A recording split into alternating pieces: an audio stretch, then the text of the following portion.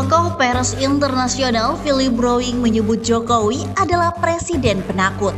Dia mengungkapkan, seharusnya Indonesia mengambil sikap atas perang Rusia-Ukraina dengan mengatasnamakan Presiden G20, bukan malah bersikap diam dan hanya mengurusi masalah-masalah sepele.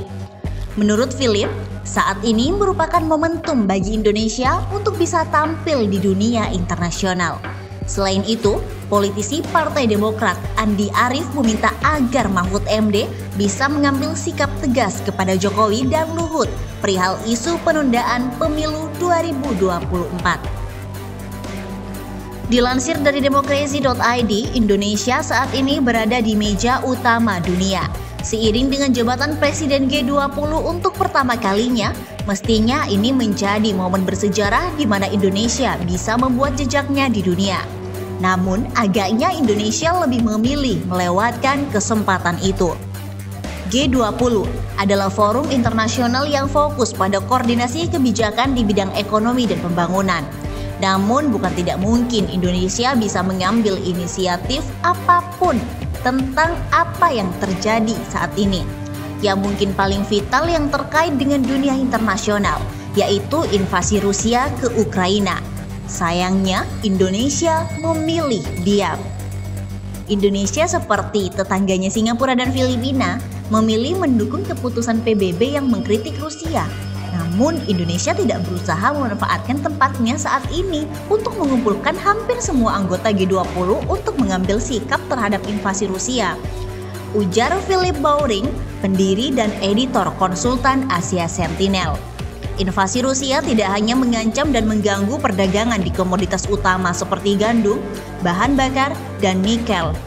Menurutnya, invasi Rusia juga menyebabkan kerusakan dalam rantai pasokan yang melayani semua jenis industri, termasuk chip laptop yang penting bagi banyak industri dan secara singkat menyediakan bahkan lebih awal dari gerakan Rusia.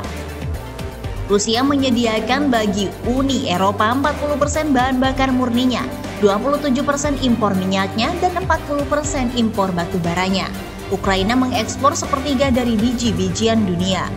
Ketika dua negara tersebut berperang, maka gangguan terhadap penyediaan tersebut akan mendatangkan bahaya finansial yang besar bagi dunia.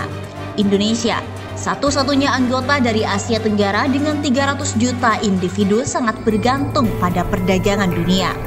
Indonesia memiliki kewajiban untuk menyuarakan aspirasinya dan membawa topik invasi ke meja G20.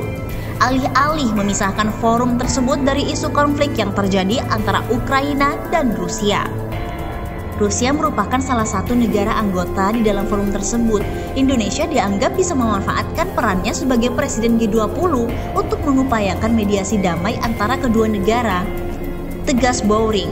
Komentar Browning muncul menyusul pernyataan Indonesia yang menegaskan bahwa Presiden G20 Indonesia akan tetap fokus pada 3 agenda utama, yaitu arsitektur kesehatan global, transformasi digital, dan transisi energi tanpa menyeret konflik Rusia-Ukraina. G20 memang ditargetkan pada keuangan, bukan poin politik. Mungkin bisa menjadi bahan diskusi bahwa pertanyaan tentang tindakan Rusia yang mengancam tidak kurang dari kerugian keuangan internasional karena pandemi COVID-19. Katanya, Presiden Joko Widodo bercita-cita menjadi tokoh global yang mewakili bangsa yang besar dan demokratis, namun tampaknya kurang memikirkan cara untuk mewujudkannya. Ujar Browning, menurutnya Jokowi bersikap cuek, acuh tak acuh, dan cenderung penakut dengan isu-isu hangat yang sangat berdampak bagi dunia. Jokowi hanya konsen kepada persoalan sepele dan remeh-temeh. Ukraina hanyalah kasus terbaru. Jakarta menutupi kepalanya dengan pasir saat ia duduk di kursi Presiden G20 yang semestinya digunakan untuk mengambil fungsi penting di dunia dan bahkan urusan Asia. Tegasnya. Sementara itu diberitakan secara terpisah oleh Gelora.co, sorotan tajam diarahkan Partai Demokrat kepada Menteri Koordinator Bidang Politik, Hukum, dan Keamanan atau Menko Polhukam Mahfud MD dalam menyikapi wacana penundaan pemilu 2024 yang terus dikembangkan dari lingkaran istana. Kepala Badan Pemenangan Pemilu atau Bapilu DPP Partai Demokrat, Andi Arief bahkan menyebut Menko Mahfud terkesan melakukan pembiaran pada menteri-menteri yang menggunakan jabatan dan kedekatan dengan presiden untuk mengacak-acak demokrasi. Setidaknya, Menteri Investasi Bahlil Lahadalia dan Menteri Koordinator Bidang Kemaritiman dan Investasi Marves Luhut Binsar Panjaitan telah terbuka mewacanakan penundaan pemilu ini ke publik. Mudah-mudahan saya salah. Sambungnya lewat akun Twitter pribadi pada Kamis pagi 17 Maret 2022. Andi Arief berharap Mahfud MD yang pernah berdarah dalam mengawal reformasi bisa tegas menyingkirkan para penumpang gelap yang gerak kelajuannya sudah tidak searah dengan cita-cita reformasi. Pak Prof Mahfud sebagai saatnya tegas melawan mereka yang tak berkeringat dan reformasi seperti Pak Jokowi, Pak Luhut dan kawan-kawan. Mereka penumpang gelap, bukan bagian kapal yang sudah bergerak sangat jauh, tuturnya.